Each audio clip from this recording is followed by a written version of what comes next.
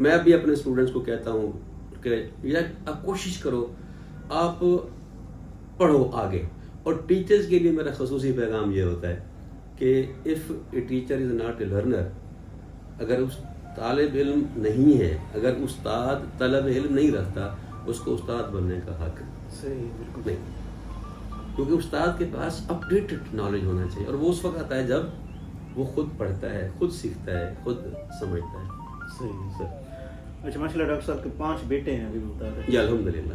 کون کون سی اسٹیج پر ہیں، کیا کیا؟ ماشاء اللہ 2 بڑے بیٹے جو ہیں وہ جاب ہیں، ان کی شادی شدہ بھی ہیں، وہ ایک اسکول میں ہیڈ ماسٹر ہیں، ایک جو ہے دانش اسکول میں اردو ٹیچر ہیں. اور اس کے علاوہ 2 بیٹے میرے پی ایچ ڈی کر رہے ہیں چائنا میں ماشاء اللہ. جی. ایک جو ہے وہ GIS geographical information system geology کا ایک سب فیلڈ ہے، ہائیڈرولوجی، اس میں کر رہے ہیں، اس کا فائنل ایئر ہے بیجنگ میں، اور نانجنگ میں. دوسرا بیٹا جو ہے وہ BVM ڈاکٹر ہے، وہ بھی PhD کر رہا ہے میٹ سائنسز میں بیجنگ یونیورسٹی چائنا سے. اور سب سے چھوٹا بٹ ناٹ لیسٹ وہ میرا بیٹا بھی MPhil ہے ان بزنس مینجمنٹ، اور غازی یونیورسٹی DG خان میں as a visiting lecturer in department of business administration. اس وقت وہ اپنے فرائض سر انجام دے رہے ہیں. سر نیو جنریشن کی کوئی میسیج سر؟ نیو جنریشن کے لیے میسیجز ہیں، میسیج نہیں ہے، کیونکہ آج کی جنریشن نا تھوڑا سا ڈیویٹ کر رہی ہے. کس چیز سے ڈیویٹ کر رہی ہے؟ سب سے پہلے تو وہ اپنے وقت کو مینیج نہیں کرتے ہیں. یہ بڑا پرابلم لگ رہا ہے آج کے نوجوانوں سے. میں نے محسوس کیا ہے کہ مینیج اس طرح سے نہیں کرتے کہ ان کے پاس جو گیجٹس اور ڈیوائسز آ گئے ہیں نا جدید دور کے، بہت اچھے ہیں، یقیناً انفارمیٹیو ہیں، بلکہ ہم بھی اس وقت جو بات کر رہے ہیں اسی ذریعے سے کر رہے ہیں، اسی سوشل میڈیا سے کر رہے ہیں. اس کا بے دریغ استعمال، اور اس کی وجہ سے بچہ جو ہے وہ اپنے کنسنٹریشن کو لوز کر رہا ہے. یعنی جو اس کا کام ٹیچنگ کا ہے یا کوئی اور ایکٹیویٹی کر رہا ہے، وہ انہوں نے چھوڑ کے اب بچے جو ہے نا وہ اس کی طرف زیادہ لگے ہوئے ہیں. رات کو دیر سے سوتے ہیں، دن میں پھر وہ اپسیٹ رہتے ہیں، صحیح طور پہ ایکٹیویٹی نہیں کر سکتے. یہ ایک مسئلہ ہے. تو میں بچوں سے یہی گزارش ہوگی کہ اس کو اتنا وقت دیں جتنا اس کے لیے ہے. باقی اپنی جو آؤٹ ڈور ایکٹیویٹیز ہے وہ ایسا آپ نے محسوس کیا وہ کم ہوتی جا رہی ہیں. اب بچے پلے گراؤنڈ میں نظر نہیں آتے، اب بچے آپ کو کسی گیمز کا حصہ نظر نہیں آتے، اب بچے باہر کی ایکٹیویٹی میں بہت کم نظر آتے ہیں. فزیکل ایکٹیویٹی کی وجہ سے وہ پھر اپنی مینٹل ایکٹیویٹی کو جو ہے نا وہ سنبھال نہیں پا رہے، کیونکہ آپ بہتر جانتے ہیں کہ جو ایک ساؤنڈ مائنڈ اور ساؤنڈ باڈی کا جو تصور ہے نا وہ فزیکل ایکٹیویٹی کے ساتھ ہے. اگر آپ کی باڈی ساؤنڈ نہیں ہے، فزیکلی آپ فٹ نہیں ہیں، آپ ایکٹیویٹی نہیں رکھتے، تو پھر آپ کا مینٹل لیول بھی اس طرح سے ساؤنڈ نہیں رہ پاتا. تو میری نوجوان نسل سے بھی شکایت بھی ہے اور گزارش بھی ہے کہ وہ اپنے ٹائم کو ایسا مینیج کریں کہ اس جو گیجٹس ہیں ان کا کم سے کم استعمال کریں. اس سے فائدہ ضرور اٹھائیں. سب کچھ آج آپ کے ہاتھ میں ہے. دہلی کے اندر وہ جو کبھی سر آپ کو سنتے تھا نا کہ یہ جو ہے نا مانیٹر بڑے بڑے ہوتے تھے، اتنے بڑے کمرے کے سائز کے کمپیوٹر ہوتے تھے، ٹھیک ہے نا سر. اب وہ کمپیوٹر کم ہوتے ہوتے پھر وہ ڈیسک ٹاپ بنے، ڈیسک پہ رکھنے والا ڈیسک ٹاپ، پھر وہ اور کم ہوتے ہوتے تو لیپ ٹاپ بن گیا، آپ کی جولی میں وہ آ گیا، ٹھیک ہے. اب وہ لیپ ٹاپ آپ کا جو ہے نا وہ پام ٹاپ بن گیا، وہ آپ کے اس پام پہ آ گیا. اور ہو سکتا ہے شاید یہ پام ٹاپ سے بھی آپ کی چھوٹی سی گھڑی اور چپ تک آ جائے. ایسا ہے نا. تو اس لحاظ سے اب یہ ایڈوانسمنٹ اچھی بات ہے، لیکن اس ایڈوانسمنٹ کا، اس ٹیکنالوجی کا استعمال جو ہے نا وہ ذرا بہتر انداز. صحیح سر، آپ نے ٹائم دیا سر، تھینکس. آپ کا شکریہ، آپ کو یاد کیا، جزاک اللہ. Please subscribe my YouTube channel.